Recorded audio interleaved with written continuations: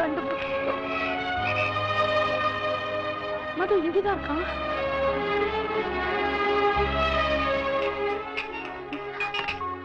மது, மைத்லி, நான் ஸ்னேகா பேசுறேன். சொல்லு. மது இங்கதான் பஸ் ஸ்டாண்ட்ல இருக்கான். என்ன எதுக்கு வந்தா? என்ன அறிவு கடத்தனமா பேசுற? உங்க 2 பேர் காதலையும் சேர்த்து வைக்கதா சொல்றேன். நீ உடனே கிளம்பிங்க வா. சரிடி, நீ அங்கே இரு, நான் உடனே கிளம்பி வந்துடுறேன். வெயிட் பண்ணு.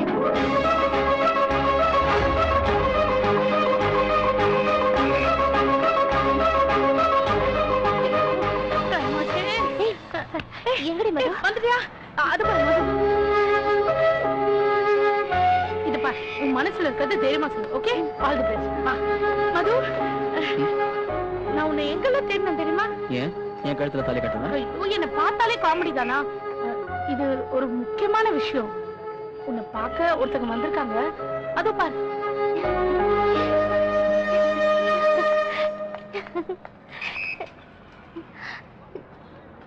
எங்கெல்லாம் தேடினேன் தெரியுமா? மது, என்னை விட்டுட்டு போக உனக்கு எப்படி மனசு வந்தது? ஐ லவ் யூ மது. மனசுல இருக்கிறத பட்டுன்னு போட்டு உடைச்சிட்டா. இனிமே டும் டும் டும் தான். எப்பவும் லூஸ் மாதிரி தான் பேசுறியா? ஏன்? ஐ லவ் யூ டா மது.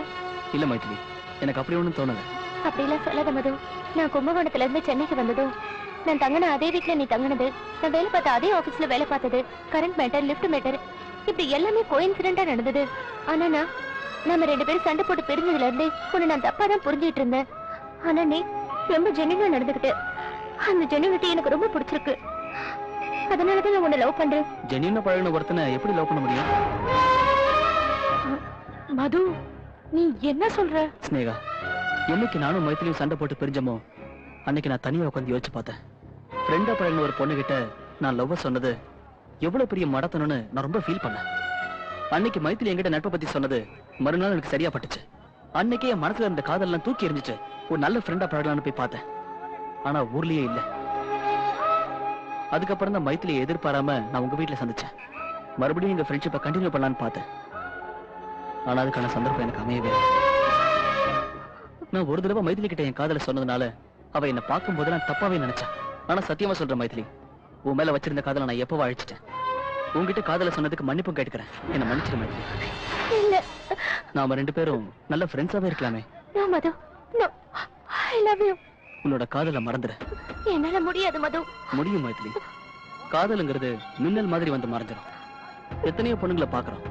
ஆனா சில பொண்ணுங்களை பார்க்கும்போதுதான் காதல் வரும். என்ன, அதை சொல்லதான் சந்தர்ப்பம் அமையறதில்ல. அதே மாதிரிதான் பொண்ணுங்களும் நிறைய பேரை சந்திப்பாங்க. அவங்களுக்கும் சந்தர்ப்பம் அமையறதில்ல. இப்படி வர சின்ன சின்ன காதலை மறந்துட்டு தானே வாழ்ந்துட்டு இருக்கோம். அப்படி 10 11 வந்துட்டு போற காதல் ஏன் காதல் இல்ல? உன்னையும் என்னையும் நல்லா புரிஞ்சுக்கிட்டு வந்த காதல். புரியுது மைத்திலி. காதல் வந்துருச்சுன்னா அந்த கடவுளை வந்தாலும் கண்ட்ரோல் பண்ண முடியாது. கஷ்டம்தான். நீ சொல்ற அதே காதலை நானும் அனுபவிச்சேன், ரசிச்சேன். ரொம்ப வலிச்சது. அப்புறம் தான் கொஞ்சம் கொஞ்சமா புரிஞ்சுக்கிட்டேன். அது ரொம்ப தப்பு இல்ல. நாம 2 பேரும் ராத்திரி பகல ஒன்னா சுத்தி இருக்கோம். அந்யோன்யமா பழகி இருக்கோம். ஏன் ஒரே வீட்டுல ஒன்னா தூங்கி இருக்கோம். அந்த புனிதம் நட்புல மட்டும்தான் இருக்கு. அதுக்காக நான் காதலை வெறுக்கிறேன்னு சொல்ல வரல. நல்ல நட்பை கெடுக்கிற காதலை மட்டும்தான் நான் வெறுக்கிறேன்னு சொல்றேன். நீயே யோசிச்சு பாரு மைத்திலி, நாம 2 பேரும் ஃப்ரெண்ட்ஸா இருந்த போது அதுல எவ்வளவு உண்மை இருந்தது. இல்ல மது, என்னோட வலி உனக்கு தெரியாது. தெரிஞ்சுதான் மைத்திலி பேசுறேன். நட்பா பழகும் போது ஒரு தவறான எண்ணம் கூட வரல.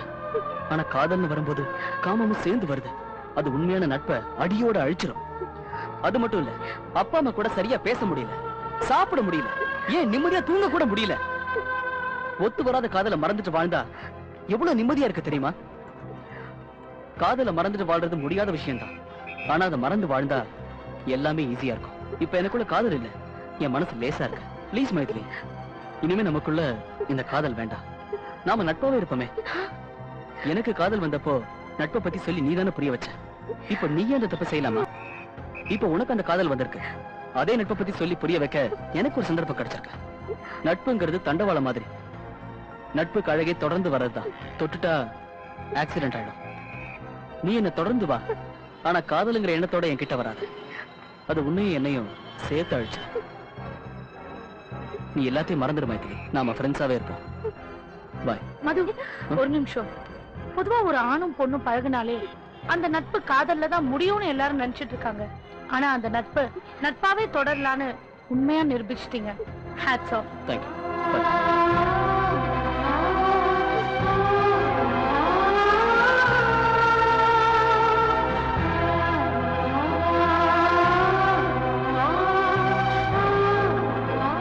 காதலில் அறிமுகமானால் நட்பாய் இருங்கள், நண்பர்களாய் அறிமுகமானால் காதல் செய்யாதீர்.